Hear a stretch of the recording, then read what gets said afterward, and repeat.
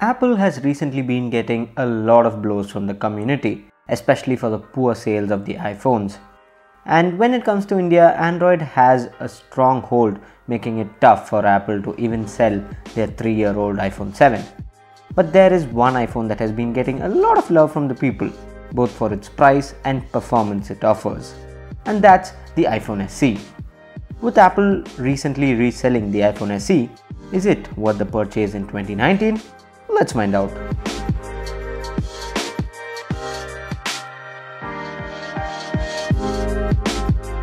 The blocky design of the iPhone SE is still the most desirable form factor on any iPhone.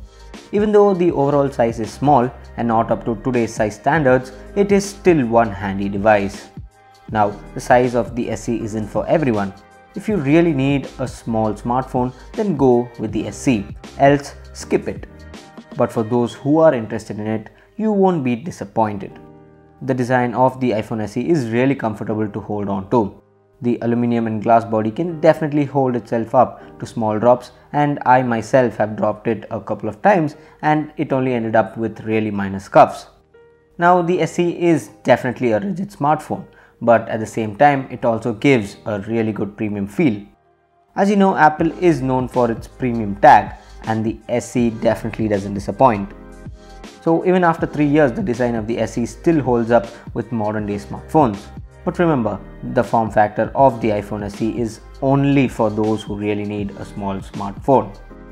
Now, on the quest for a small smartphone, I mostly ended up with 6 or 7-year-old Android devices.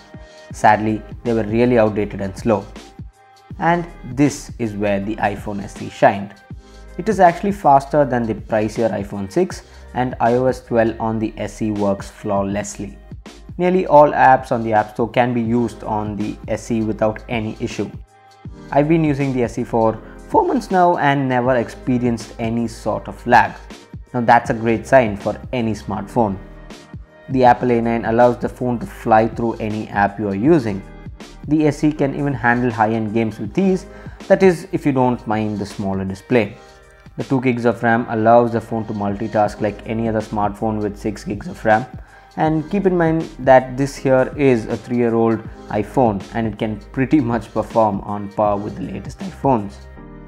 Now, the performance is really good, the design is also good. But one area of concern for many is the display and its size. The SE has a 4-inch 640x1136 Retina display. In today's standards, it's definitely not a big display or is definitely not high res, but it sure is a good display for the size. At 4 inches, the resolution is adequate for producing a sharp image. You will not be able to distinguish the pixels even at normal viewing distance.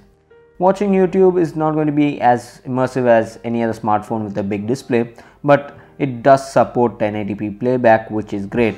By no means is it a widescreen or a Quad HD display. But considering that this here is a 3-year-old budget iPhone, it sure offers a good viewing experience for what you're paying. And now when it comes to the camera, it's a 50-50 deal here. On one hand, the rear 12 megapixel camera is a beast even after 3 years. It's the same sensor found on the iPhone 6s. The photos turn out great with good details and decent dynamic range. Under low light it struggles, but that is expected. It has the option to record in 4K and also in 1080p at 120 fps. Both the video types turn out sharp with good details preserved. So the rear camera by all means is a really powerful camera than you think.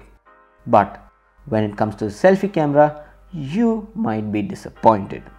In a world of 20 and 25 megapixel front cameras, this is just a 1.2 megapixel camera. In order to take a decent selfie, you will definitely need a lot of light. You will begin to notice loss in detail and sharpness once the intensity of light around you starts reducing. And don't even think about taking a selfie in low light. Summarizing the camera on the iPhone SE. If you use the rear camera a lot, you will not be disappointed.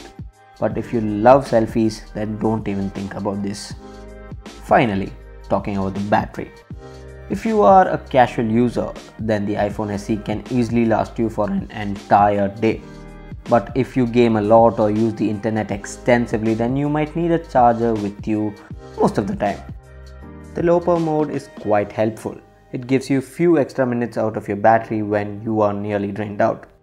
Now, due to the smaller display size and lesser pixel it needs to drive, the battery life on the SE is quite decent. And for those concerned, the Touch ID works really well. It isn't as fast as the current generation sensors, but is still reliable and quick. Now, the iPhone SE is a really powerful small smartphone. It sure has some drawbacks like a weaker selfie camera, a battery with a small capacity and few other things. But remember, this here is a 3-year-old smartphone, and that too a budget iPhone when it was launched. Again, the SE is only for those who want a small smartphone or a cheap iPhone with great performance.